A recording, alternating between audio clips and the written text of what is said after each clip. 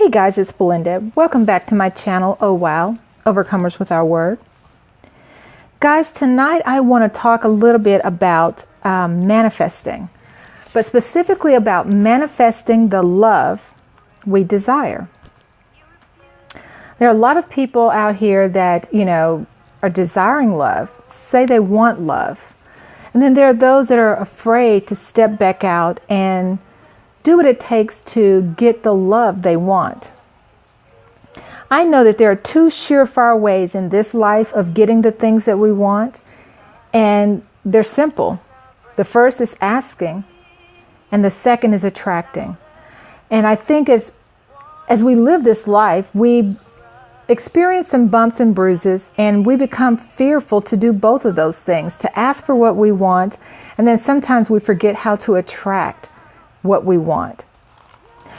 The opposite of love is not hate, it's fear.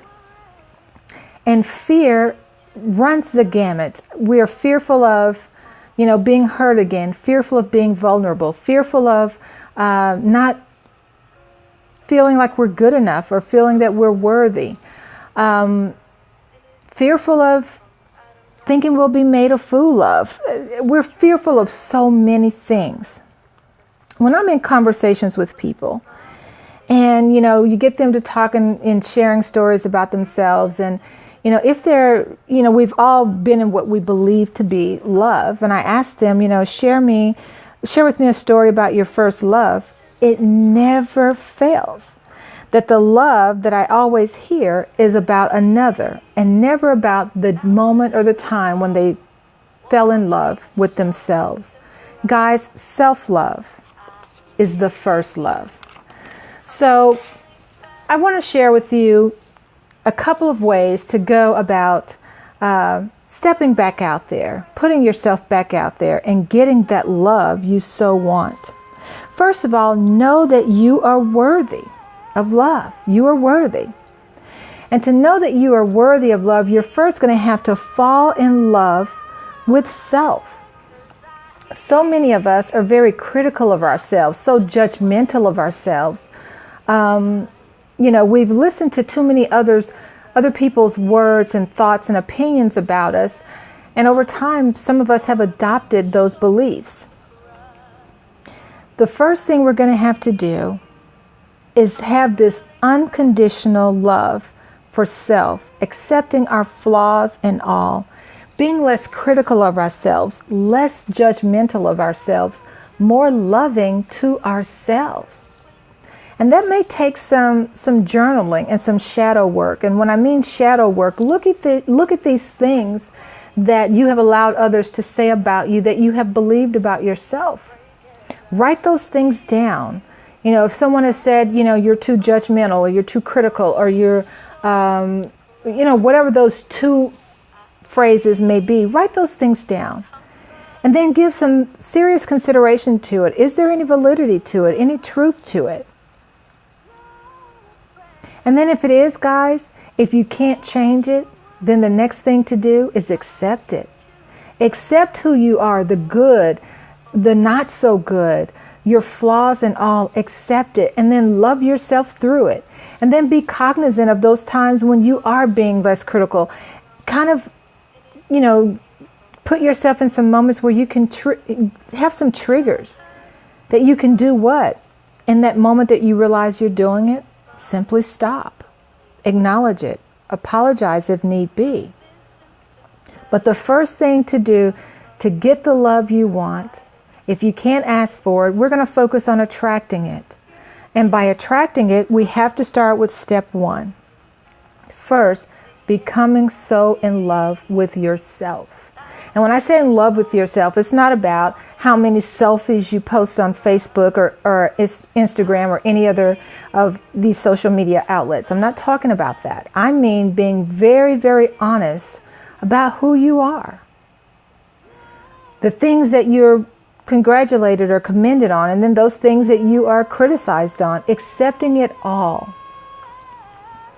And then after you get to that space where you can begin to look at those facets and aspects of yourself and not be critical of it, and can just be accepting of it, loving of it, forgiving yourself of some of those things, then the next thing that we want to work on, and this will take some time to do, I want to call it a form of meditation.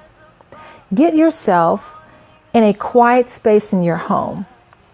You know, if you have a place where you actually do prayer and meditation, I would say use that space for this particular work. Find that space in your home. Light you a candle, relax. And then go back into your thoughts. Remember a time in your life when you experienced unconditional love. Maybe it was at the birth of your first child. Maybe it was the love you received from a parent, a sibling, a grandparent, even the love you may have had for a pet. And then once you begin to get that thought in your mind, I want you to hold that thought and that feeling and allow it to fill your heart. Breathe it in, breathe it out. And allow the feeling from that memory to expand and fill your entire being. And then spend as much time as you need inhaling and exhaling those feelings of unconditional love. That love where somebody made you feel you could do anything, be anything, have anything. Who was that person for you? Hold that thought. And as you're holding that thought, what you'll begin to experience is your vibration rising. You'll feel yourself lifting, elevating within yourself. And guys, once you get to that place, you'll feel it throughout your entire body. Your heart will feel different. You should feel a smile upon your face. Why? Because that love was something powerful. And when you get that, hold on to it. And like I said, hold on to it for as long as you can in that moment. And then now have your body remember that feeling. And then each and every day that you get up, get back into that place. And I don't necessarily mean get back into that meditative space, but if you need to, then do it. But what I'm saying is each and every day, wake up again with that thought, with that feeling. Hold on to it.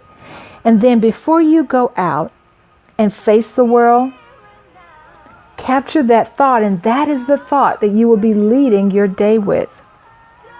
Guys, energy attracts energy. So like attracts light. And once you go out into the day with that vibration, that awareness, then you're going to do what? Draw people to you of similar vibration. So now, I'm not saying that everyone you will meet in that day could possibly be this love connection for you, but what it will begin to do is opening up your circle now of what? Like energy. So that when you do get into that situation where you're meeting someone that's sparking this interest, why? Your energy drew it to you. Guys, we're going to have to get to a place where we're not looking outside of ourselves for the things that we need, knowing that we have everything within us. We're going to have to get to a place where we're giving to ourselves the love we expected from someone else. So guys, I hope you found this exercise helpful. I hope that you will practice it.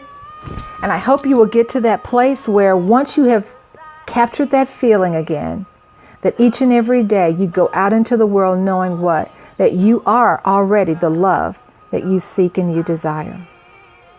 So guys, I hope that you've enjoyed this video. If you have, I would ask that you would leave your comments, share it. And if you haven't already, consider subscribing to my channel. But until the next time, guys, I wish you well. Live well. Be well. Take care.